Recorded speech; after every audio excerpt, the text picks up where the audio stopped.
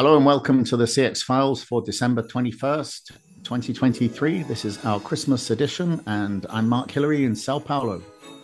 Yeah, it's Peter Ryan here in Montreal, Mark, and the sleigh bells are a ringing, the eggnog is a flowing, and we've got a special treat for our listeners today because we're not actually going to be having a guest interview. Rather, it's going to be a chat between you and I talking about what some of our respective CX highlights have been over the course of the past 12 months. And it's funny, we recorded the same episode 12 months ago, and it really feels to me like this year has literally flown by in a flash. I don't know if it's the same for you, but I actually had trouble as I was looking back over the course of the past four quarters and trying to identify highlights, because it just literally seemed like, oh, that just happened like a couple of days ago or a couple of weeks ago, when in reality some of it happened January, February 2023. That's a long time back.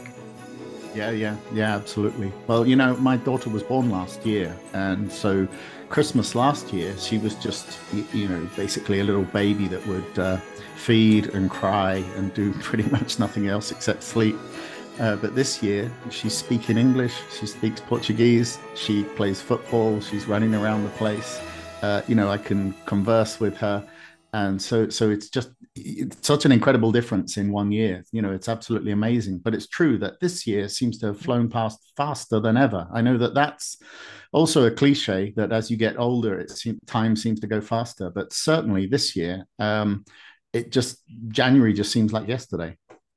It does. It does. And for me, the thing I will say that strikes from a personal slash professional note is the amount of opportunity I had to get out back on the road. And I'm very proud to say, for the first time in my life, I've qualified for the top tier on Air Canada. That's very hard to get to, but I managed to do it.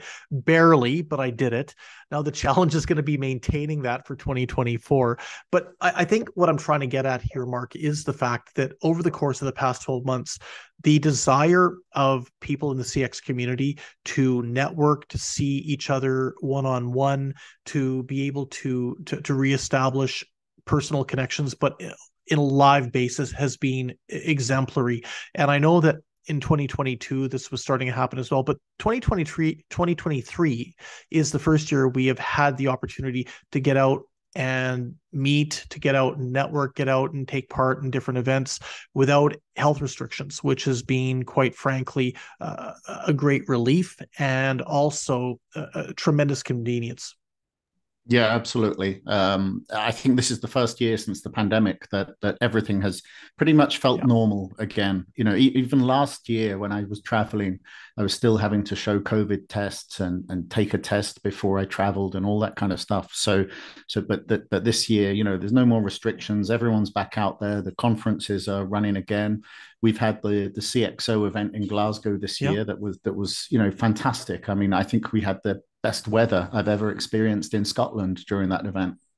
Yeah, and I think for me, you're right. That was probably a great CX highlight. Although I will say you're right. We had the best weather, at least I've ever seen in Scotland. From what I understand, in Glasgow, the Glaswegians, most of them said they can't ever remember weather that nice. But Mark, you will recall that did pose some challenges in the room that we were in where we were holding the event, because it started heating up. For those who weren't there, there were these beautiful glass windows that surrounded the room, and it created a bit of a greenhouse effect.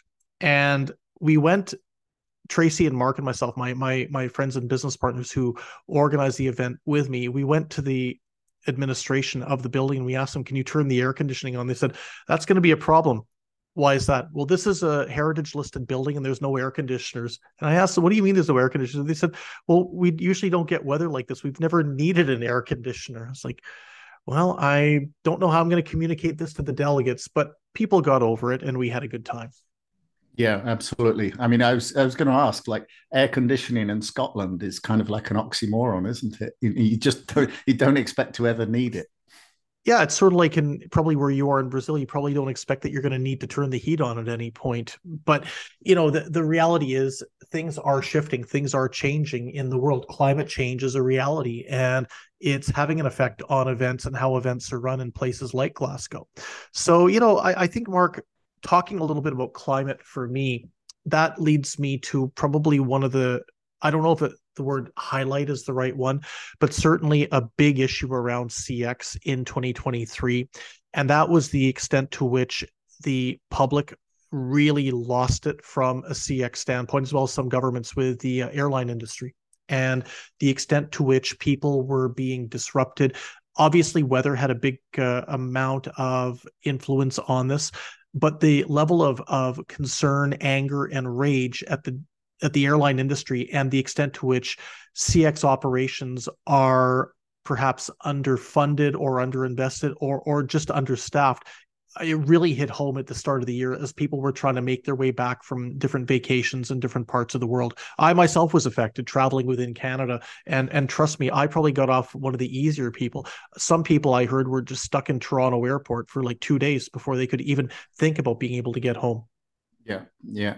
I mean, this happened last year as well. There was travel disasters all over the States, all over Europe, and so it felt as if it wouldn't happen again this year. And it's not good enough for the industry to just keep blaming COVID and saying, we haven't got the staff, we haven't got the CX capacity in place. This is now in the rearview mirror. That they should now be planning effectively to handle the kind of travel volumes and passenger volumes that they're now seeing. You're right, Mark. And from my perspective, you take a look at the extent to which regulatory bodies or governments were saying that they were going to call the airline industry to heel. And I hate to say it, but they've done nothing of the sort. Nobody's anticipating that the holiday season this year is going to be any better than last year. I think that people are very concerned about potential weather disruptions, but my personal worry is that I don't think that the airline industry or the travel industry in general has made the investments that have been required over the course of the past 12 months to really make sure that they're able to overcome the challenges of summer of 2022 or the end of the holiday season 2023. Are we going to be in for the same type of nonsense as we dealt with 12 months ago? Yeah, absolutely. Well, I mean, thinking about some of the subjects that were at the CXO, I think you covered off some of the key trends from this year, and I'd really sort of say, I think that there's two to me that have really been important this year, and that was the focus on ESG, which we've really seen grow a lot this year, and we've seen people like John Yarlett doing great work with creating the Impact Sourcing Alliance, and I think that whereas a couple of years ago we were talking about impact sourcing and ESG as very much like a subject for helping developing countries, creating jobs for people that are, living in favela kind of environments. But we've seen it sort of broaden out. We're creating opportunities for people across Europe, across the US. People that may feel excluded from the regular jobs market. So that has definitely grown a lot this year. And was John speaking in Glasgow? I don't remember now. No, John wasn't able to make Glasgow, unfortunately, this time around. But I will say that I think that you're right, just in terms of the focus on ESG. This was a very, very big element of the discussion around how CX is being delivered. And it's interesting because, as you say, there's been discussions over the years about impact sourcing, corporate social responsibility, green delivery, but all of them seem to be falling under one banner right now.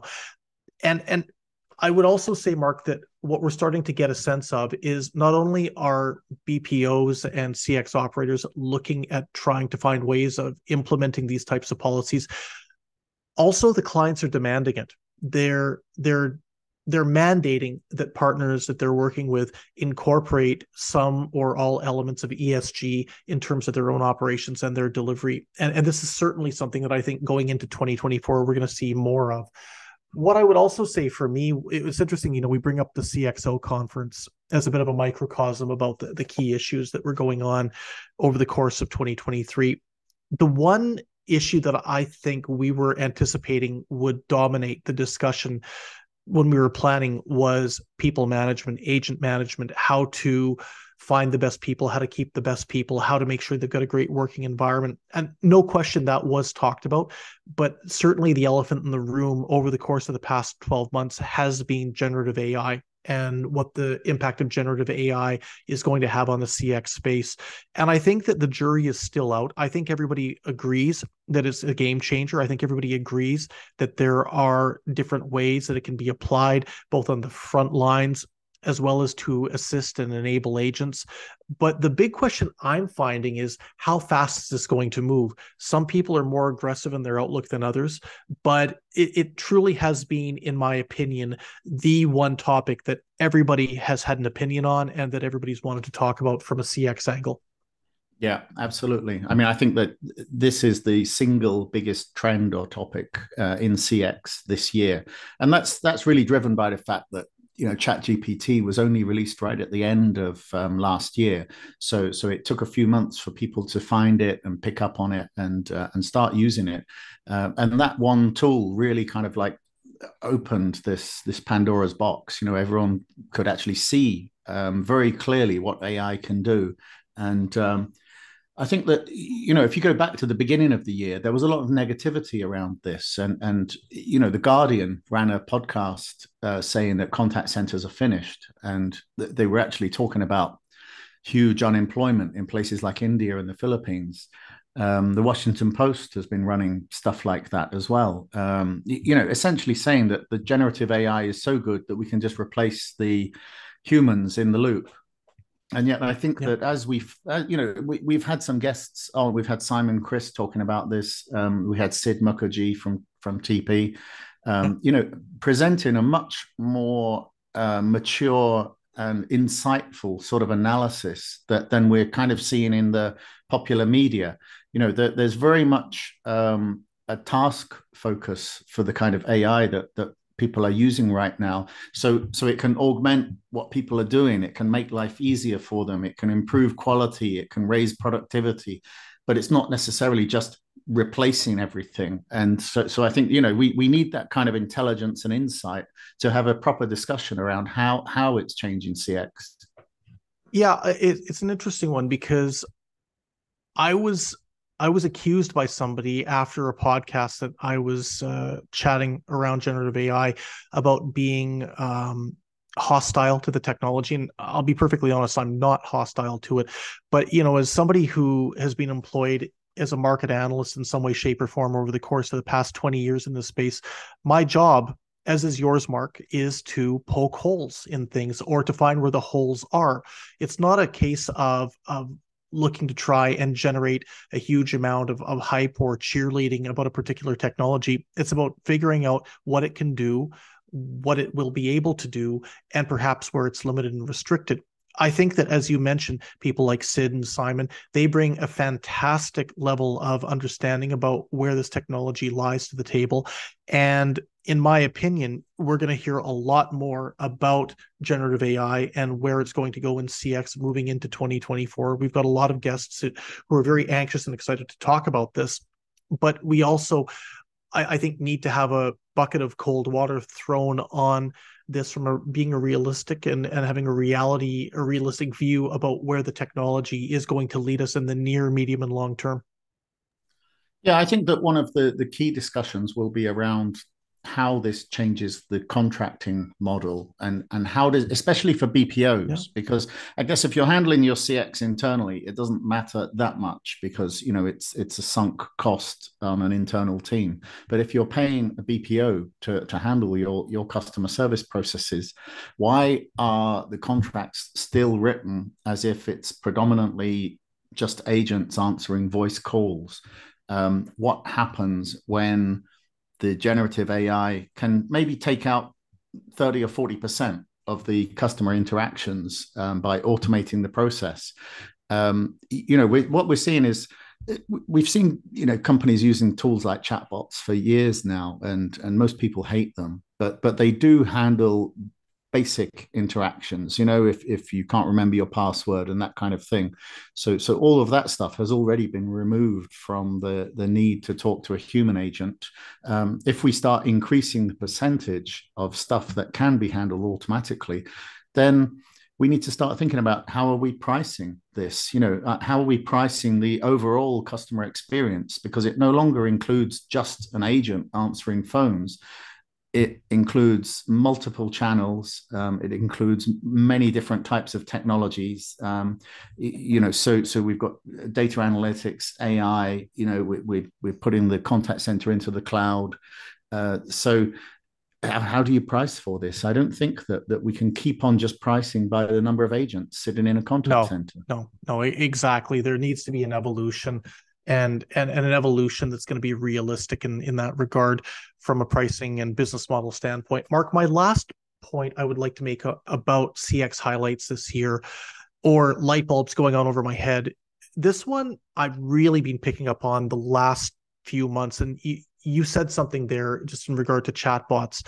The number of people that are bringing up, not just anecdotally, but I'm seeing research around it now. The reality is that digital communication, whether it's chatbots, emails, web chat, manned by a live person, there seems to be a huge amount of concern that it's just not meeting the mark. And I saw a post by our friend Philippe Legal in France, and it was talking about the huge level of dissatisfaction that French consumers had with regards to digital communication. And this is something that we talked about with Neris Corfield on the CX files several weeks ago. The fact that the same standards that are being applied to voice-based communication aren't necessarily being applied to digital or non-voice interactions, especially ones that are being automated. And I think as we move into 2024, given that so many enterprises are pushing people aggressively to non-voice channels, the level of pushback from consumers, if they're not able to get a decent standard of service, is going to be tremendous. Yeah, yeah. But I think that we should also remember that many services now are delivered by app.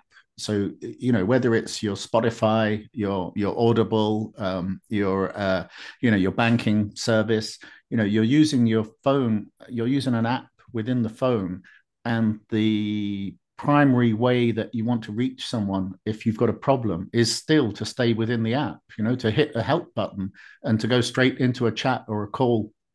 And so, that is like primarily digital channels. So all of those services are primarily trying to serve you from within the app, because now it would feel very disjointed if you were having a problem with your Spotify, like just to get a phone number. I have to ring up a number and call for help, So I think that's where we see a sort of change in consumer behavior, and definitely, if the standards of digital service are just not up to scratch, then I think that's really going to bite some big brands. Oh, I think it's biting them already, and I can tell you that the number of concerns anecdotally I get when people look to try and work within an app to get customer service, and they can't find a telephone number, or they can't find a chat interface, or they can't even find a direct message interface, and they're just being driven to FAQs and what to do and how the FAQ is going to help them. When you're waiting for a driver on a rideshare app, when you're waiting for a food delivery, when you're having an issue in terms of tracking a package, this isn't helpful. And this is where I think the level of CX when it comes to digitally driven interactions is going to need to improve. Because as you say, people are going to be upset if enterprises don't make these investments. And the reality is too, Mark, one of the things I keep saying time and time again when I'm speaking at conferences, consumers have choice. Yeah, absolutely. Okay, well, why don't we call that a wrap for the year then? We're The going to take Spotify wrap. Yeah, the wrap from CX Files. But Yeah. we're going to take the next couple of weeks off, and we will be returning on January the 11th with a panel of analysts that will be looking to the year ahead. So hopefully everybody has a nice break and a great Christmas this week, and we'll see you next year. You bet. Happy holidays to everybody. And I truly wish everyone a wonderful new year. Mark, the same goes to you and to the family. We'll catch up with you very soon. And when we do, we'll be putting the number 4 at the end of our year. Absolutely. So happy Christmas, happy holidays, and happy new year. All 3 right back at you.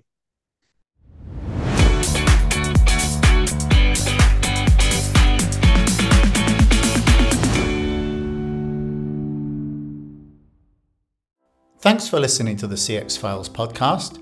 We really appreciate your feedback and suggestions. You can reach myself, Mark Hillary, or Peter Ryan via LinkedIn. Please also leave a rating or review on your favourite podcast provider, as that helps more people to find us. As always, we'd like to thank Chris Haig at Traction Media for the CX Files graphics. See you next week.